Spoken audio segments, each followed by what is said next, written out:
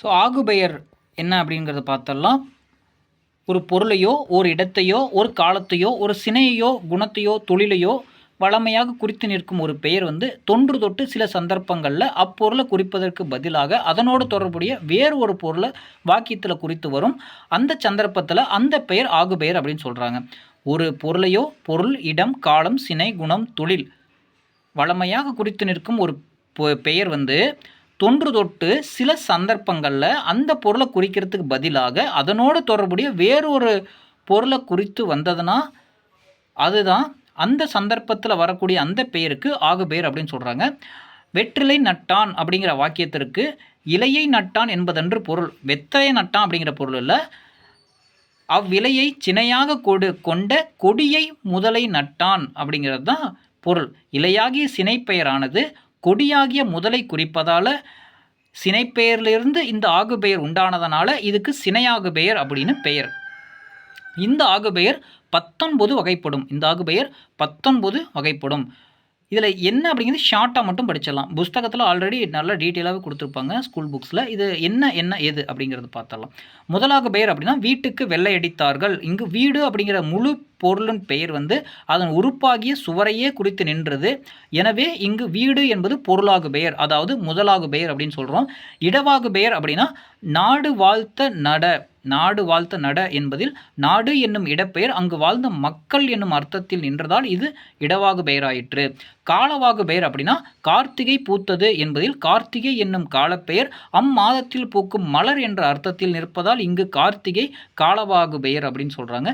சினையாகு பெயர் அப்படின்னா தேயிலை நட்டான் என்னும் வாக்கியத்தில் இலை என்னும் சினைப்பெயர் முழு செடியை குறித்து நிற்பதால் இங்கு தேயிலை அப்படிங்கிறது சினைப்பெயர் அப்படின்னு நம்ம சொல்கிறோம். அடுத்தது குணவாகு பெயர் அப்படின்னா மஞ்சள் அரைத்தால். இங்கு மஞ்சள் என்னும் நிறப்பண்பின் குணத்தை அக்குணமுடைய ஒரு பொருளை குறித்து நிற்பதால் இது குணவாகு பெயர். அதாவது மஞ்சள் அரைத்தால் அப்படிங்கிறது இங்கு மஞ்சள் என்னும் நிறப்பண்பின் குணத்தின் பெயர் அக்குணமுடைய ஒரு பொருளை குறித்து நிற்பதால். மஞ்சள்னா அந்த மஞ்சள் கலரில் சொல்கிறாங்க. அப்போ அந்த மஞ்சள் கலரில் எது இருக்குது? அந்த மஞ்சள் கொம்பு. அப்போ அதை அரைத்தால் அப்படிங்கிறது குணத்தின் பெயர் அக்குணமுடைய ஒரு பொருள், அந்த மஞ்சள் நிறமுடைய ஒரு பொருளை குறித்து நிற்பதால் அது குணவாகு பெயர். தொழிலாகு பெயர்னா பொங்கல் உண்டோம் என்பது பொங்கல் என்பது ஒரு தொழிற்பெயர். அந்த தொழிற்பெயர் பெறப்பட்ட உணவை குறித்து நின்றது. எனவே இங்கு பொங்கல் அப்படிங்கிறது தொழிற்பெயரிலிருந்து பிறந்த தொழிலாகு பெயராக நிற்குது. எண்ணளவை அப்படின்னா 4 2 சொல்லுக்குருதி. இங்கு 4 2 எண்ணளவை பெயர்களை முறையே 4 அடி என்ற 4 அடியாரையும் 2 அடிகள் கொண்ட திருக்குறளை முணர்த்தி நிற்பதால் 4 2 எண்ணளவை ஆகு பெயராகும். ஐந்தவித்தன் ஆற்றல் என்பதும் இவ்வகையே. ஐந்தவித்தான் ஆற்றல் அப்படிங்கிறது. முகத்தல் அளவை அப்படின்னா கொத்து உடைந்தது அப்படின்னா இங்கு கொத்து என்ற முகத்தல் அளவை அந்த அளவை கருவியை குறித்து நின்று முகத்தல் அளவை ஆகு பெயராயிற்று. கொத்து உடைந்தது அப்படின்னா இங்கு கொத்து என்ற முகத்தல் அளவை பெயர் அந்த அளவை கருவியை குறித்து நின்று முகத்தல் அளவை ஆகு பெயராயிற்று. நீட்டல் அளவை அப்படின்னா 4 முழம் உடுத்தேன். 4 முழம் உடுத்தேன்னா இங்கு 4 முழம் என்னும் நீட்டல் அளவை பெயர் அங்கு நீளமுள்ள ஆடை என்னும் அர்த்தத்தில் வந்ததனால இது நீட்டல் அளவை பெயர். எடுத்தல் அளவை அப்படின்னா நான் கொடுத்த ஓர் 50 இரத்தாளோடு அவன் வீழ்ந்தான். இங்கு இரத்தாள் என்னும் எடுத்தல் அளவை பெயர் அந்நிறையிலுள்ள அடியை குறித்து நிற்பதால் நிறுத்தல் அளவை பெயர் ஆயிற்று.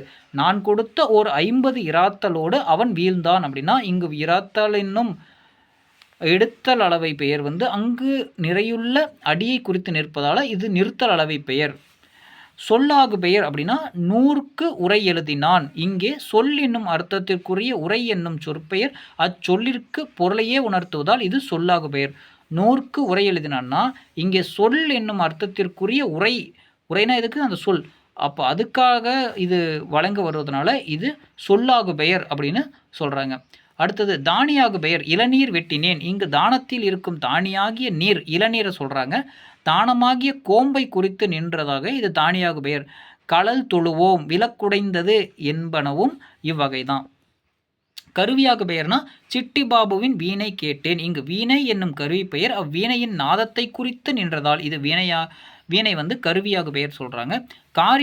காரியவாகு பெயர்னா அலங்காரம் கற்றார் அப்படின்னா இங்கு அலங்காரம் என்னும் காரியம் என்னும் பெயர் வந்து காரியத்தை விளக்கி நூலை குறித்தலால் காரிய ஆகு பெயர் அப்படின்னு சொல்லி சொல்கிறாங்க.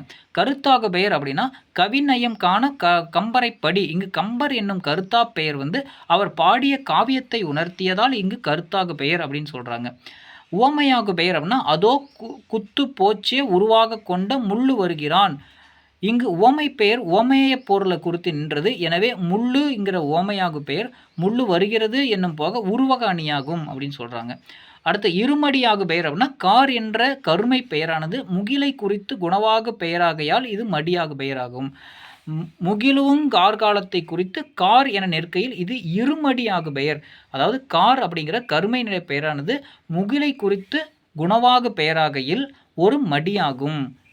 அதாவது ஒரு மடி இன்னொரு இடத்த சொல்கிறாங்க. முகிலையும் குறித்து கருமையும் மேகத்தையும் குறிக்குது, கருமையும் சொல்லுது. அப்போது கார் அப்படிங்கிறது கருமை பெயரானது முகிலை குறித்து குணவாக பெயராக மாறும் பொழுது, கருமையான பெயராக மாறும் பொழுது அது இன்னொரு மடி மடிக்குது. அந்த மாதிரி முகிலும் கார்காலத்தையும் குறித்து கார் அப்படின்னு நிற்கும் பொழுது அது இருமடியாகு பெயர். மும்மடியாகு பெயர் அப்படின்னா அந்த இருமடியாகு பெயர் கார்காலத்தில் விளைந்த நெல்லை குறித்து நிற்கையில் அது மும்மடியாகு பெயர். 2 மடி மடித்தா, அதாவது காருங்கிறது கருமை நிறத்தை குறித்து அது முகிலையும் குறித்தா இருமடி, அது நெல்லையும் குறித்தா அது மும்மடின்னு சொல்கிறாங்க. அடையிடத்து ஆகுபெயர்னா வெற்றிலை நட்டான் என்பதில் இலை என்னும் ஆகுபெயர் வெறுமை ஏனும் அடையை அடுத்து வந்ததால் அடையாகு பெயர் அப்படின்னு சொல்கிறாங்க. வெற்றிலை நட்டான் என்பதில் இலை என்னும் ஆகுபெயர் வெறுமை என்னும் அடையை அடுத்து வந்ததால் இது அடையாகு பெயர் அப்படின்னு சொல்லி சொல்கிறாங்க.